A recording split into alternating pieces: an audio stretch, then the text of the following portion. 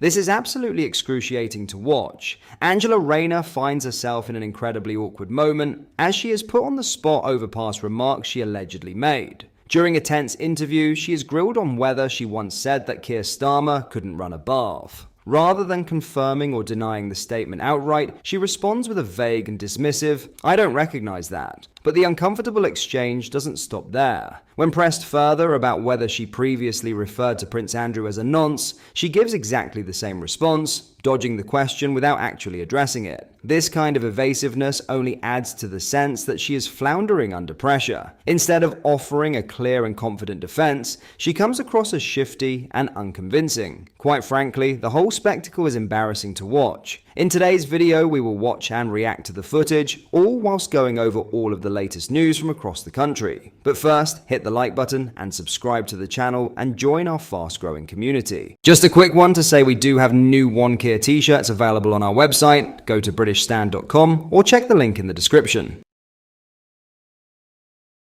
So have a watch of this. But a new book reports that you said he couldn't run a bath.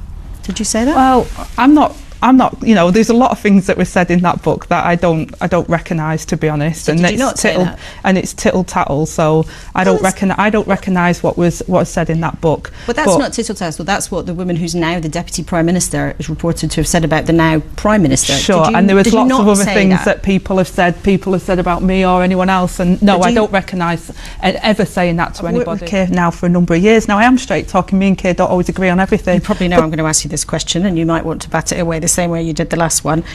Did you refer to a member of the royal family as something I'm not sure we're allowed to say on a Sunday morning, but in case we can bleep it out, did you suggest... Again, I'm not making any comments about what's said or not said in somebody... Did you deny that you called a member of the royal family a nonce? Said in a book.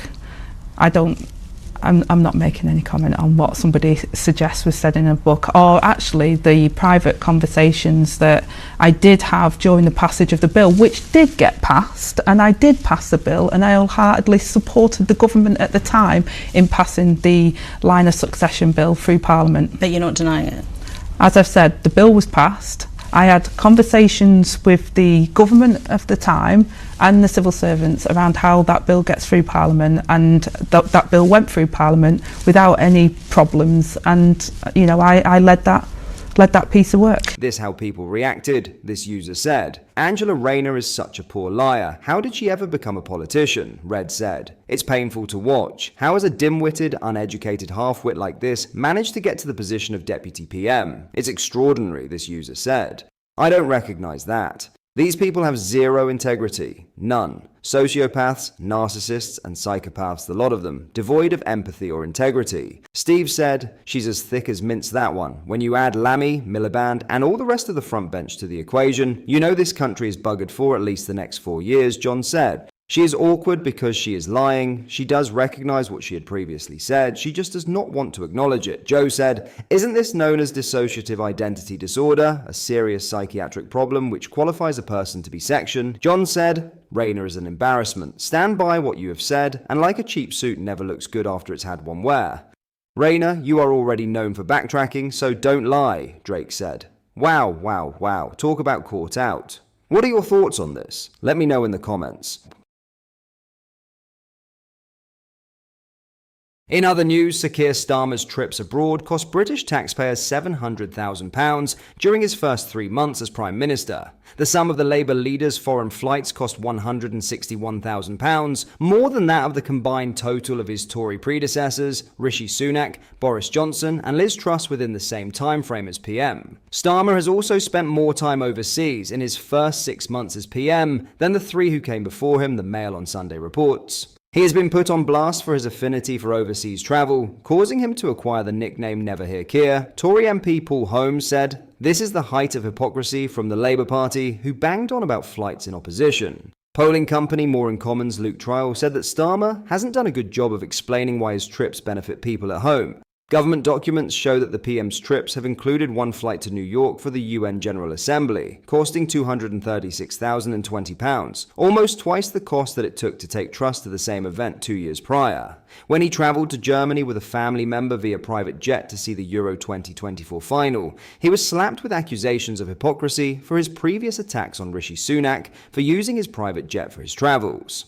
In total, Starmer's flights between July and September cost the taxpayer £697,198, including visits to Paris for the Olympics, Washington, D.C. for a NATO summit, as well as further visits to Rome, Berlin, and Dublin. Sunak's, Johnson's, and Truss's flights across a similar time frame cost £536,085. Trail said, "It is striking that people in our focus group since the autumn have been raising concerns that Keir Starmer always seems to be abroad. Perhaps most importantly, Keir hasn't done a good job of explaining why his trips benefit people here at home. Flights for Foreign Secretary David Lammy cost more than £900,000 from July to September, which is similar to those of his predecessors David Cameron and James Cleverly, according to a government source." A Downing Street source said, "Since taking office in July, the Prime Minister and his cabinet have worked tirelessly to rebuild the diplomatic bridges burned by the Tories during 14 years of chaos and decline, which have weakened Britain's influence abroad and made us more vulnerable at home." A Foreign Office spokesman said, "The Foreign Secretary's job requires him to travel abroad to pursue the UK's interests. This Foreign Secretary remains committed to ensuring the most cost-effective way of travel, delivering best value for money for the taxpayer."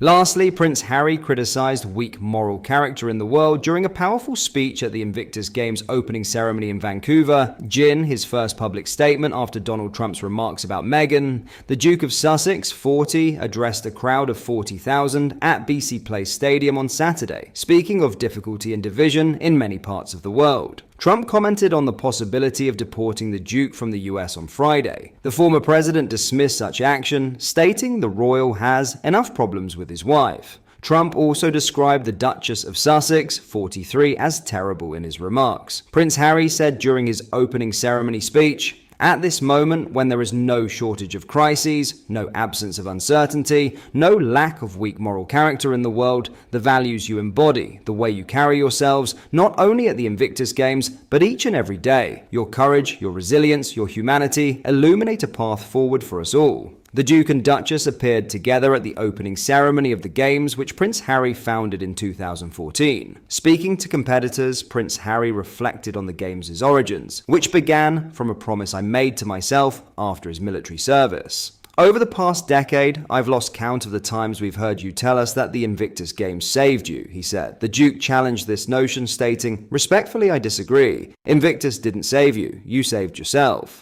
The opening ceremony featured performances by international music stars Chris Martin and Katy Perry. The Duke delivered his speech between the musical performances at the packed BC Place Stadium. The event marked another milestone for the Invictus Games, which has grown significantly since its establishment as a sports competition for wounded service members and veterans. The Duke and Duchess of Sussex put on a united display at the opening ceremony of the 2025 Invictus Games in Vancouver on Saturday. The couple shared a passionate kiss at BC Place before Prince Harry stepped away to deliver his speech at the inspiring event. Meghan, 43, wrapped in a cream trench coat against Canada's frosty temperatures, was seen snuggling into her husband throughout the opening ceremony as she watched from the stands. What are your thoughts on what we discussed in today's video? Let me know down in the comments section below. If you've not yet already, make sure you do drop a like on this video and subscribe to the channel for more British content. Thank you, take care, goodbye.